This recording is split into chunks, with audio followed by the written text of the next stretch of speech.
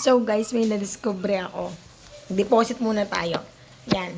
Lagay nyo yung amount kung magkano ang inyong, lagay nyo yung amount pala na kailangan natin. Yan, 2,000. 2,000 talaga yung kailangan. Yun yung discover ko eh.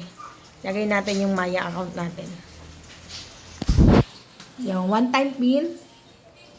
Panoodin nyo ito ng buo para makuha nyo yung yung technique.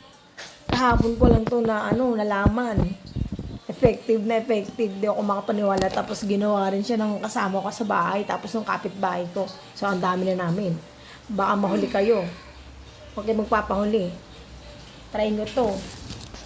So, ayan ang 2,000 pesos natin. Payment successful na. Punta na tayo kay Minds.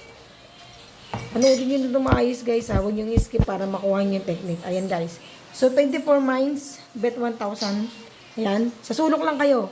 Nasa sulok lang yan. Oh, di ba? Nasa sulok lang 24K, insta 24K. Kahapon lang namin na nalaman na ganun pala talaga, nasa sulok pala talaga pag nakaset ka ng 24 Minds, nasa sulok lang yung mag-iisang gold. Yung pala yun. Tapos ginawa rin siya ng kasama ko. Ganun din na sa kanya, nag-load din siya ng 2,000. Sa sulok lang din. Tapos yung kapitbahay namin, nag-load din siya ng 2,000 sa sulok lang din, nakuha nila. Tapos hindi na sila naglaro. Tapos yung iba naglalaro pa din sa slot na. Sa slot na sila. So ayan, pag magbebet kayo ng 500 pa lang.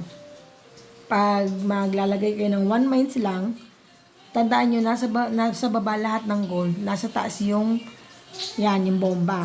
Nasa taas lang lagi yan, wala yan sa baba. So, ayan, sana nakuha nyo yung technique. Humabol kayo, habol pa kayo. Abot na abot pa kayo habang hindi pa na detect ni Minds yung mga technique na ganito. Pwede pa kayong humabol. Habang hindi ko, konti pa lang yung nakakaalam, parang kami pa lang nakakaalam nito eh. Habang maaga-aga pa, humabol-habol ka na. Bilisan mag-register ka na, tandaan mong withdrawal password mo. Kakalimutan.